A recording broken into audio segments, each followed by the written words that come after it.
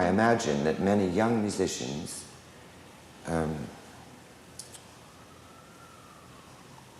supply a demand. And the demand comes from not the established members of society, but from this very large, young, and intelligent group. Ours was more experimental in the nature of performance process, as you know from my music, the open form in my work, and the mobility idea, and in Cage, the flipping of coins, and various things like that. So we were in a more aesthetic revolution, I think, because a piece of Mumma's or Behrman's doesn't present as clearly a radical aesthetic thing as our music did in comparison to the music of Aaron Copland.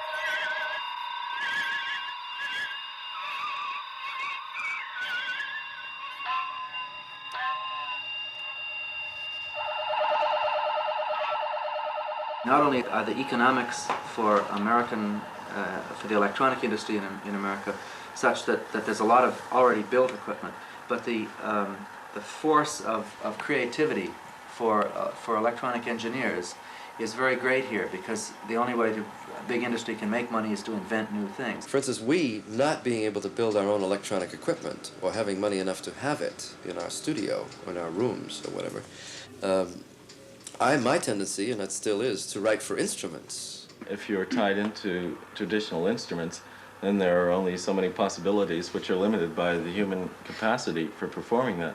But electronics brings in, and the whole technology brings in a completely different set of, completely different set of performance possibilities.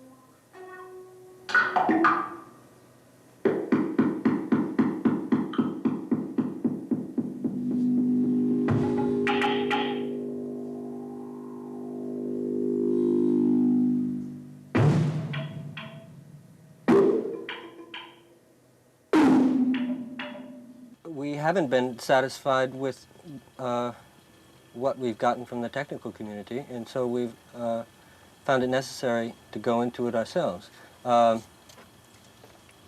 mean, it's true that now that synthesizers are being manufactured and everything, but still the kind of versatility that we want isn't going to be manufactured by someone.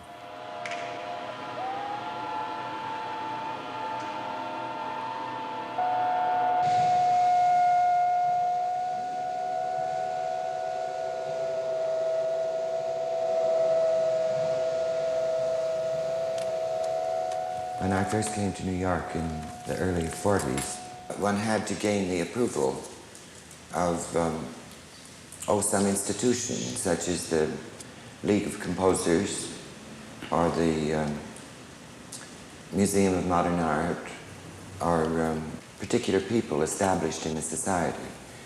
Otherwise, if you had no money, it was virtually impossible to do anything. Even after what I considered a great success in 1943, I believe it was, I gave a concert at the Museum of Modern Art, sponsored by both the museum and by the League of Composers. And it was reviewed in Time magazine, in Life magazine, and I considered that my fortune was made. And so I wrote some more music and arranged a concert at my own expense at the New School for Social Research. And I announced it as well as I could, publicized it, and only 50 people came to hear the music. The result was that I suddenly lost what for me was a large amount of money, which furthermore I didn't have to lose. But that made me rather cautious about giving concerts, and I generally reduced them to, well, not more than 2 a year. If one needed, as anyone does, some money to pay the rent and to eat, so on,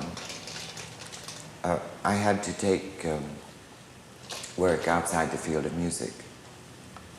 I've done a number of things. Perhaps no need to recount it, although among other things I I worked as an art director for a textile company.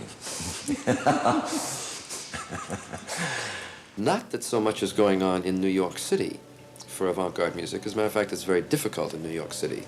Terribly expensive, and the audiences are not very good. When you try to give a concert here, you give it under the worst set of circumstances. Theft. You see, if you live in New York and you try to keep equipment, it will be stolen within one day. But it appears to me to be truer now all the time because, I mean, since all of my things were stolen, I've given up keeping it in New York. I do it elsewhere. Right now, the total market throughout the country, probably 4 groups could survive if they were being promoted constantly, very heavily, and really worked at. And that would encompass maybe 16 performers if they're groups of the size of the Sonic Arts Group, which is nowhere near the potential of electronic composers in the country. On the electronic project that Cage and Tudor and I were working on, we received $40 a piece per week. There's a reason for not writing a score and having somebody else reproduce it, because there's no money in it. We've all found that you can only make a little bit of money if you perform your own works. When the Cunningham Company, like recently, is established, they are now union. The dancers get paid like any other dancer in America. Yeah. The dancers get paid very good union scale, and the musicians get paid very good union scale. And so, as young, comparatively young, and avant-garde as is the work of Mumma and David Behrman, when they work with the Merce Cunningham Company now, they get a very fine salary.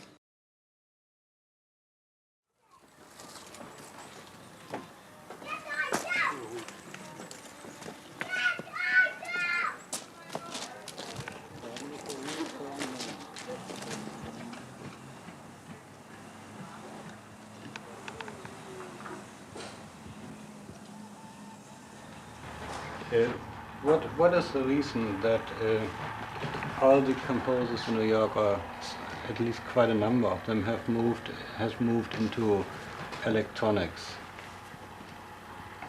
Electronic equipment, playing live electronic, or however it might be called. Actually, that's not true.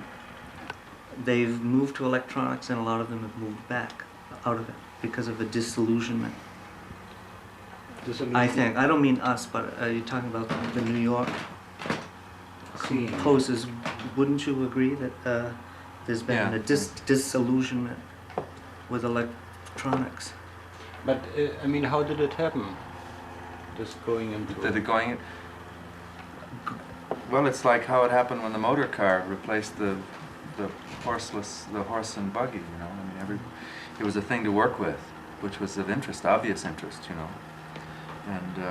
And everybody tries something new when it comes along. Some people find it comfortable and nourishing, and then they work with it, and other people leave. I think many of the people in New York, from what you call the New York scene, but really from the conservative part of the New York scene, they just weren't interested in it. It required them to become too searching. I mean, they had to search really their own ideas, working with a medium that different from what they had worked with, and for many of them it wasn't worth it. I mean, it was easier to not work with a new medium, and easier to rely on older things.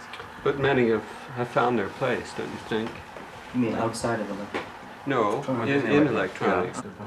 David, how do you build up your equipment? Just using easily available parts, and with some help from friends who are more technically proficient, like Gordon Mumma. The sound is better, you know. The sounds, you might not agree, but you know what I think? I think the personal spirit that you put into those gives it a better sound than the Moog synthesizer. Well, the Moog synthesizer is really an instrument that was designed that tends to make a certain kind of music. And that's why all synthesizer pieces tend to sound like Mr. Moog. Mr. Moog or Mr. But isn't a mass-produced car is not as good as a Ferrari. As a Ferrari, you know, it's the same personally thing. made. Yeah, I mean, right. the guy makes his car that he really wants to make Yeah. it. You really Well, love it, and you put yourself into it, and it really, I mean, it's like anything else. Well, David does his work to produce a specific situation or a specific sound, whereas a Moog synthesizer attempts to produce a whole spectrum of situations. generalized He's an insight. artist too, right? I mean, he Generalized. knows he's got a Yeah. got a very nice conception of what kind of a sound he wants, whereas an engineer probably doesn't. Maybe he does. I'm not putting in engineers now, but I mean, for a long time, didn't you and John operate without owning any equipment? Yes. I mean, they did very interesting, wonderful things, right? Without owning anything. Wherever they went, they would be able to get it. Yeah, So but there were wasn't a limitations problem. on that, I think. There was a time came when you simply had to become more sophisticated technically, as well as musically. You had to start to own things or have somewhat more Yeah, but you long-term still don't access. own terribly much. I mean, David Tudor? do you really? Oh, I have a Oh, lot. he's got a museum. But it's well, never mind. Oh, you'd be surprised. Oh, No, it's no, no. incredible. No, it's, It's not all there, you know. It's He's, scattered. before doing a concert, he'd have to pack his bags for like 2 days. now, but but now it's 4 days. And then you couldn't load it in your car, so like, you know. I seem to notice one thing about this, that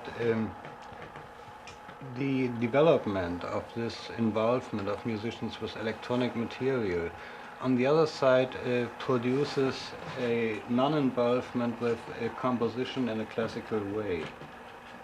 How can that be explained? Well, the electronic equipment doesn't have anything to do with that other idea. The other idea is an older one. The means are different. I mean, you couldn't think. The academic people are doing that. They are taking the new electronic equipment, but they're thinking in the old way. So they make like synthesized things. They try to write an old piece that could be played by instruments. I think what all of us are doing are digging into the equipment, I mean, getting right into it. And we let it push us around a little bit, I would say.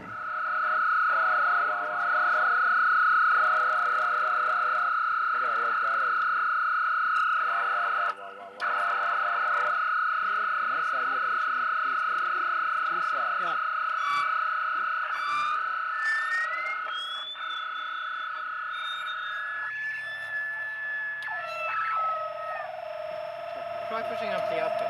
Go all the way up.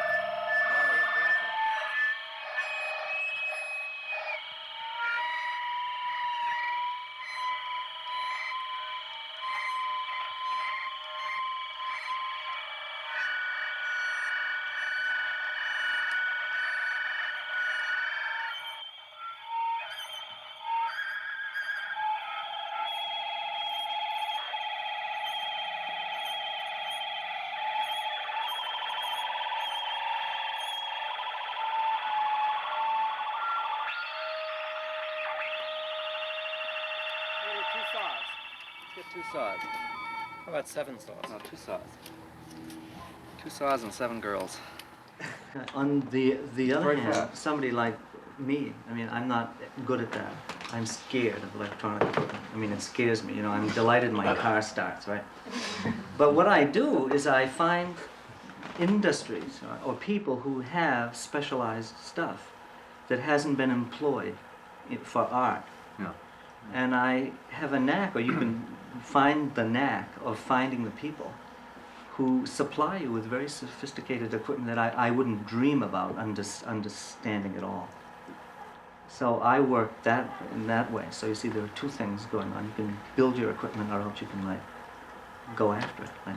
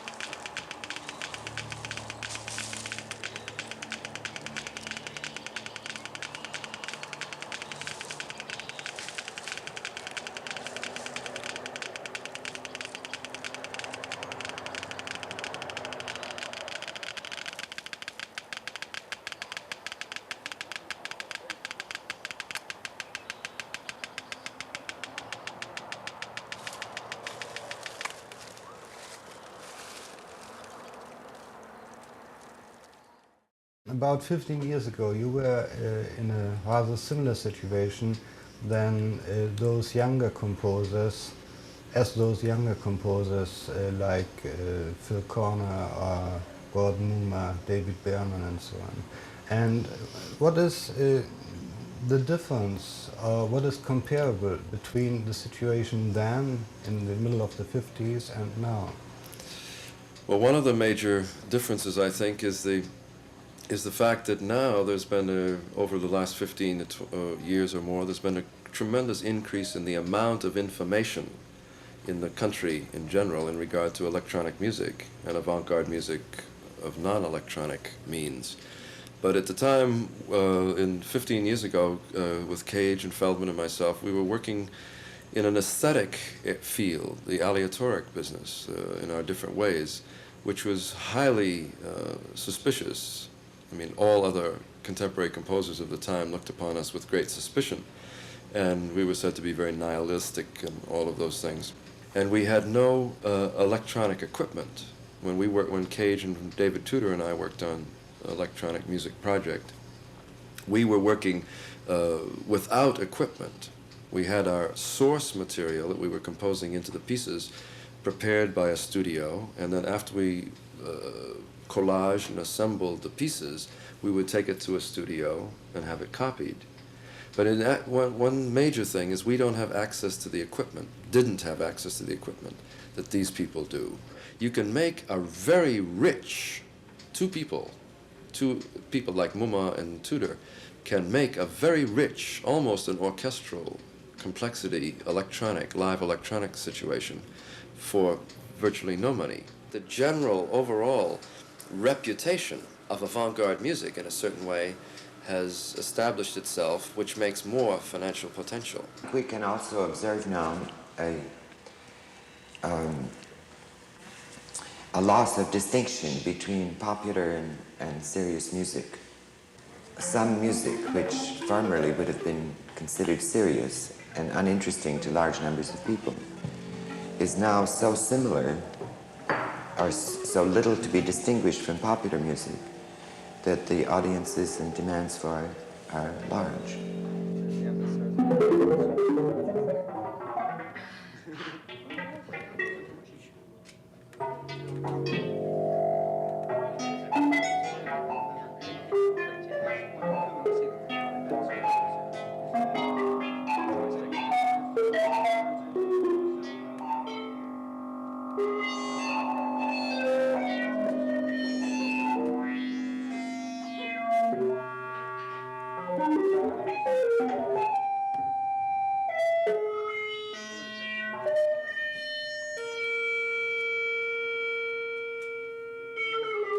Around 59, I did my first piece, which was written for a nightclub, and we did it for about 3 weeks in a row.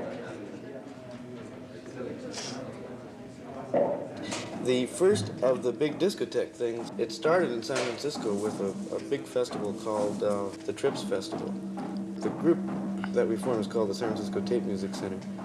The Tape Center provided all the technology for it. We produced electronic music and the light shows and the whole works. And then Tony, who'd been working with us, got a job doing the light shows for the Fillmore, which started that whole thing. That inaugurated the whole hippie movement and the whole thing by accident.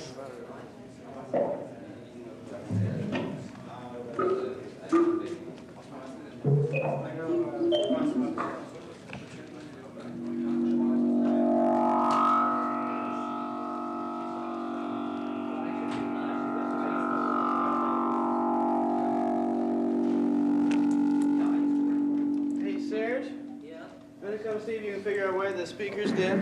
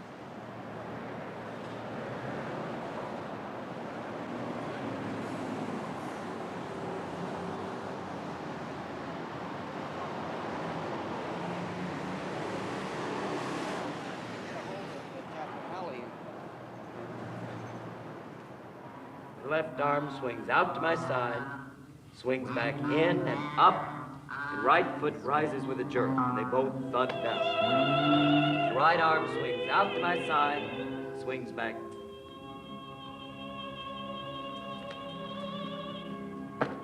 Thank you.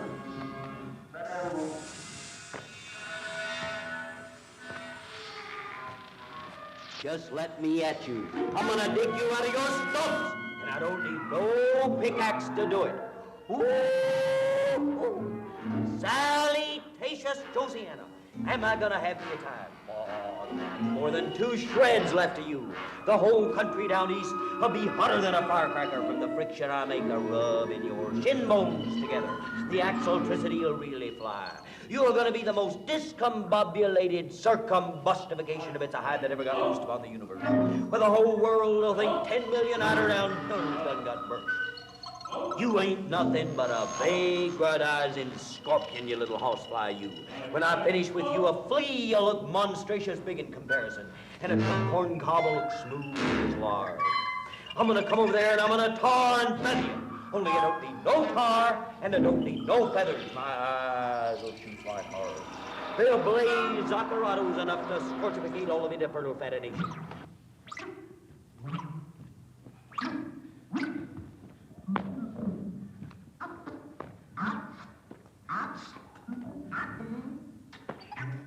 My right arm swings sideward, swings back in and up, and left foot rises with a jerk, and they both thud down. And my left arm swings out to my side, swings back in and up, and right foot rises with a jerk, and they both thud down. And right arm swings out to my side, swings back in and up, and left foot rises with a jerk, and they both thud down. And left arm swings out with a back, and swing rise jerks with foot, and foot rise ups with hand, and hand foot ups with down.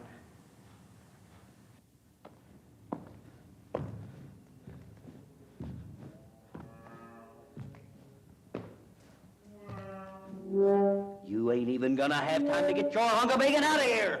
Before you can lick 2 flits or grease a weasel, you're gonna be a dwindling in the air like a noose beam. And then I'm gonna shoot myself out of a slingshot and knock so much air out of you, there'll be a hurricane clean from here to Maine. When you land in a heap under me, your liver will be gritted to smithereens. You're gonna be so flabbergasted that a flea could pick you up with one feeler and twirl you around for 10 hours without even tiring.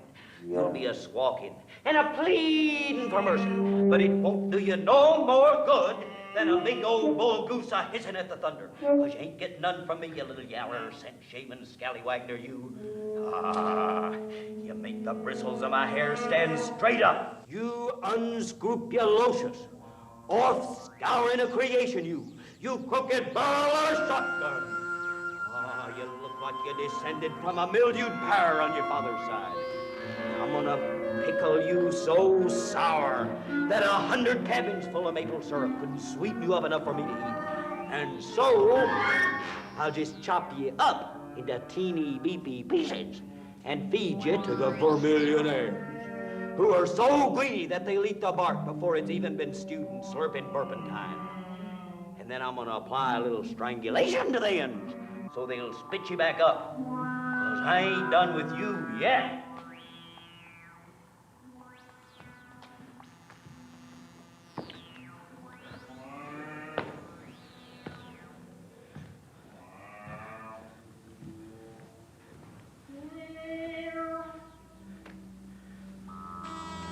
And then I'm going to twitch my left foot so that I'm through with my right ear and can force both my arms into a rectangular position. Or spill them all into my backwoods. And then I'm going to raise my right foot in the direction of my right leg so I can swing both my ears into the opposite position before they go twanging through the air.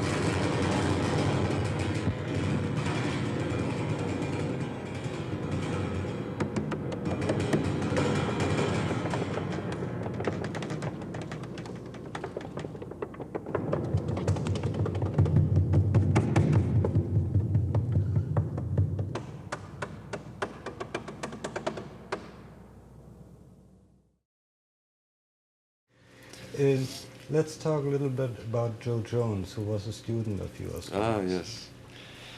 Well, I haven't seen Joe for quite a while, but anyway, he was, as a student of mine, he had been studying Schillinger techniques, and he came to me, when he first came to me, he came to study Schillinger techniques of composition.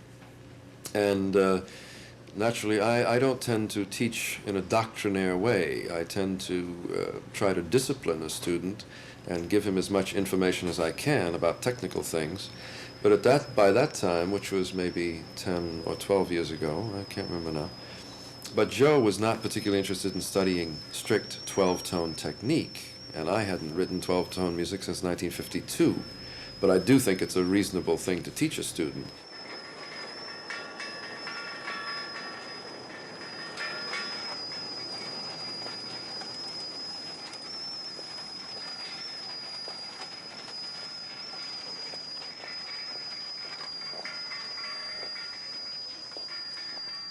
Joe was very brilliant and very energetic, and he used to live on Canal Street here in New York. And Canal Street is where they have all this old surplus equipment. And he would go down there and he would find surplus electronic things and other kinds of things, not only electronic, but mechanical things. It was not long before Joe Jones was making mobile apparatuses which played sounds.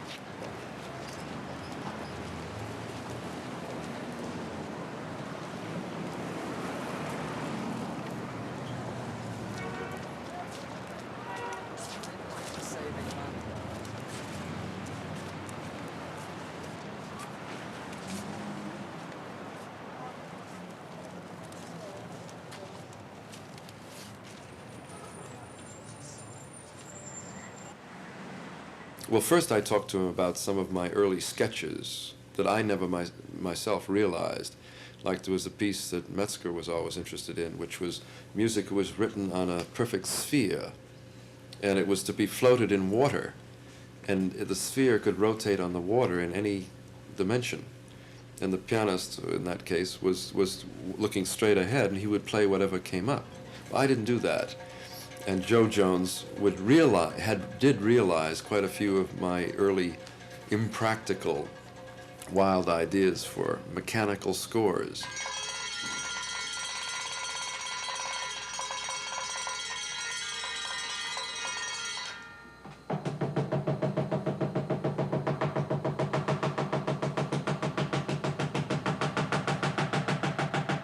He wrote a quartet once, in which the score was a disc and mounted on 4 music stands, and the disc could electrically revolve at different speeds. So the quartet had these music stands with the score on it, and Joe Jones sits over in the corner with the rheostats, and he can speed up the first violin part in relationship to the other 3, or slow it down, or speed up the cello part, etc. I mean, he was ingenious, mechanically minded like that, and came up with a lot of things of interest to that. But more than that, he moved out almost immediately into a kind of theater or sculptural world, and he had shows up on 57th Street as a sonic sculptor, or as a sculptural composer or whatever.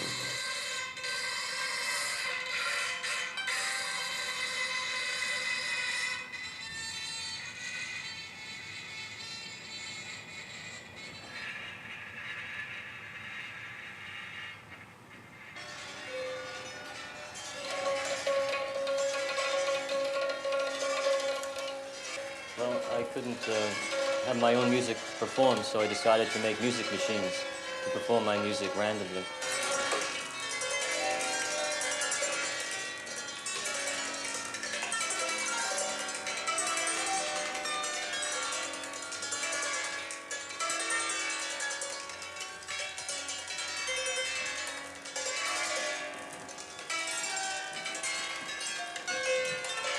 I did this piece for Christmas last year. It was my Christmas tree, which I had. 1970. Yes, and I had it in the window, and you could play it by pressing those bell buttons outside on the door. So each doorbell played its instrument, so people were playing it from the street. Even if I wasn't here, they could play it.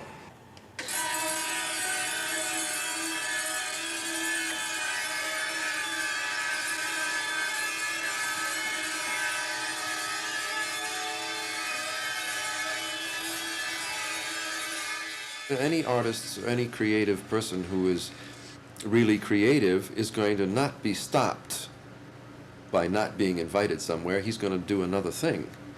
And that's where live electronic music came up in this country very much, because the facilities, the complicated, expensive facilities, were not inviting the younger people.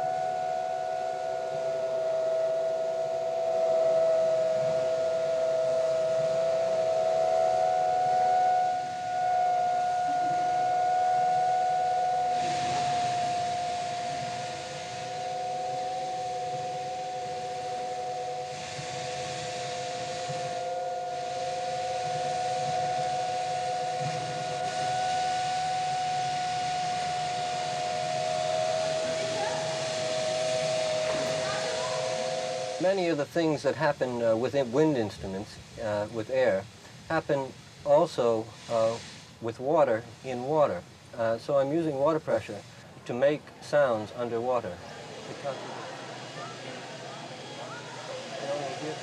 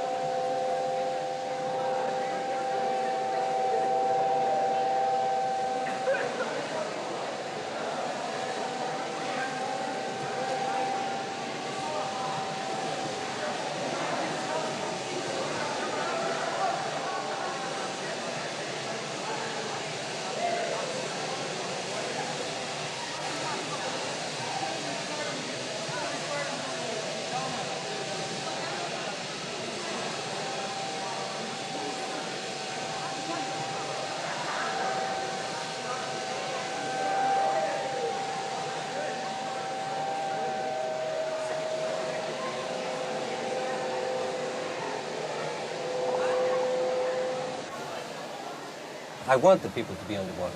I want them in that situation. But what I'm finding is that the sound travels very well to the surface, and the surface vibrates the air, and because the pool enclosure is so echoey that it's carrying very well. So I'll mask the sound that's in the air so that it won't be heard. And it also makes a very nice contrast between being above water and below water, with the mask above water and the sound below.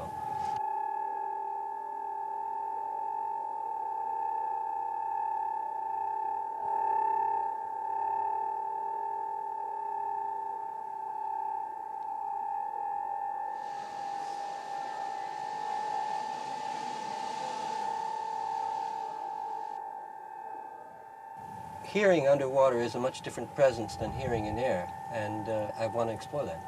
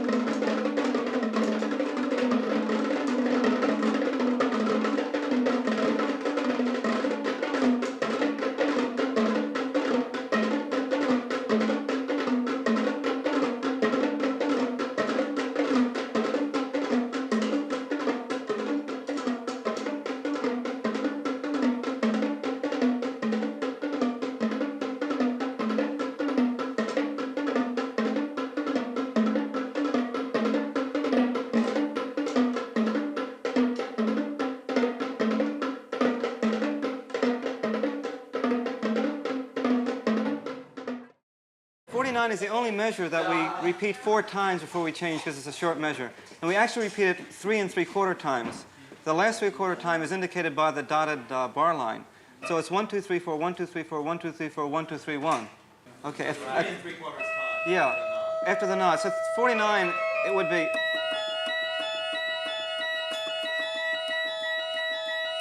Right? Okay. That's then the changes between the changes that come up there are all fairly quick because it's a question of shaping the sound fairly rapidly. So be prepared for the NOS to happen quickly.